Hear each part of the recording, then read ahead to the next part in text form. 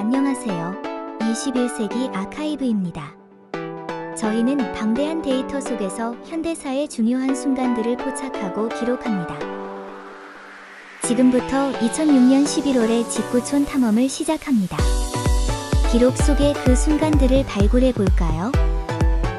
11월 2일 사하라 이남 아프리카 상업 어업 붕괴 예측.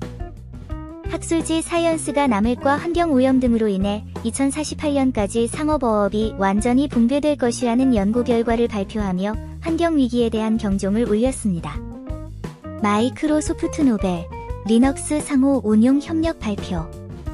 경쟁 소프트웨어 제조업체인 마이크로소프트와 노벨이 윈도우즈와 SUSE 리눅스 운영체제 간의 상호 운용을 위한 기술 협력을 발표하며 IT 업계의 이례적인 변화를 예고했습니다. 11월 3일 잭슨 폴록 작품 세계 최고가 기록. 잭슨 폴록의 추상회화 넘버 5 19482 1억 4천만 달러에 판매되어 당시 세계에서 가장 비싼 예술 작품으로 등극하며 미술품 시장의 새로운 역사를 썼습니다. 11월 4일 사담 후세인 반인도적 범죄 유죄 판결 및 사형 선고.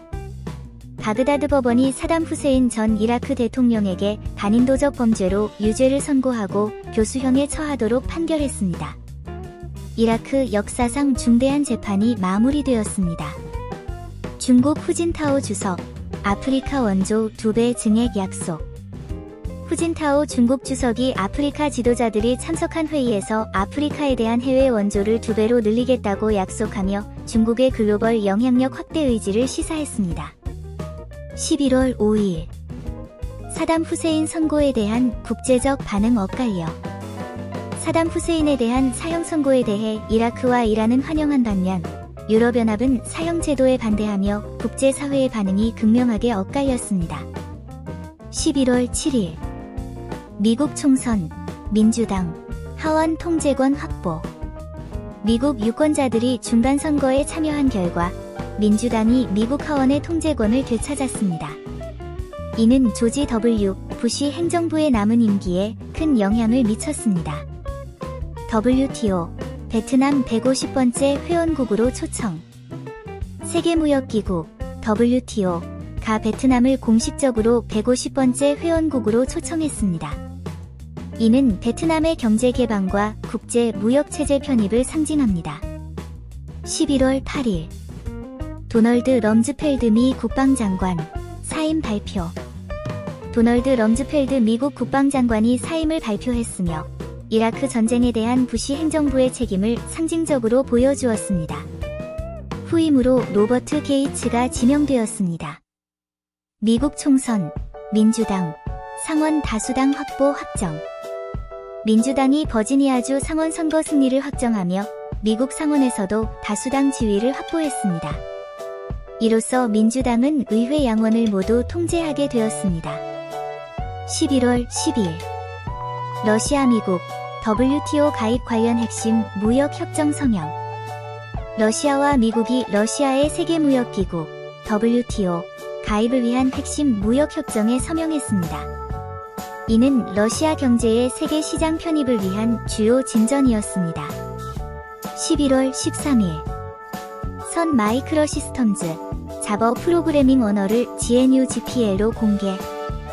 선 마이크로시스템즈가 자버 프로그래밍 언어를 GNU 일반 공중 라이선스 GPL로 공개하며 자유 소프트웨어 운동에 큰 영향을 미쳤습니다. 11월 17일 중국 정부 위키피디아 인터넷 접속 재차 차단.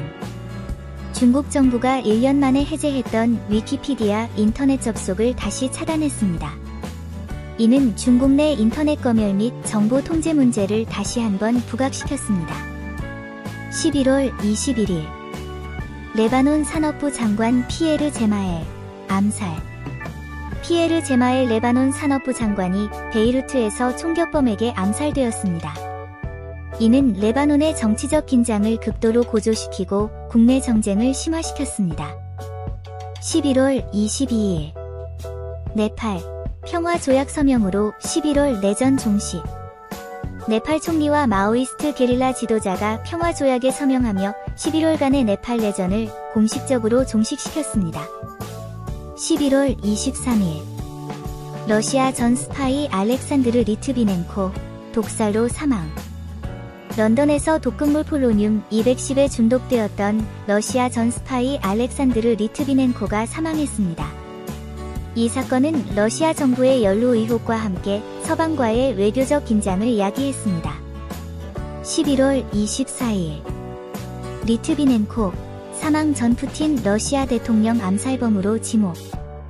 독살된 알렉산드르 리트비넨코가 사망 직전 성명에서 블라디미르 푸틴 러시아 대통령을 자신의 암살범으로 지목했습니다. 이 발언은 국제적인 파장을 불러일으켰습니다. 콘텐츠를 제작하는 과정은 항상 도전의 연속이지만 여러분이 남겨주시는 댓글과 피드백 하나하나가 다음 콘텐츠를 만들 수 있는 가장 큰 원동력이 됩니다. 언제나 그렇듯 이 영상이 유익했거나 흥미로웠다면 잊지 말고 좋아요를 눌러주시고 앞으로의 여정에도 함께하고 싶으시다면 구독 버튼을 눌러주세요. 여러분의 좋아요와 구독은 저희에게 정말 큰 힘이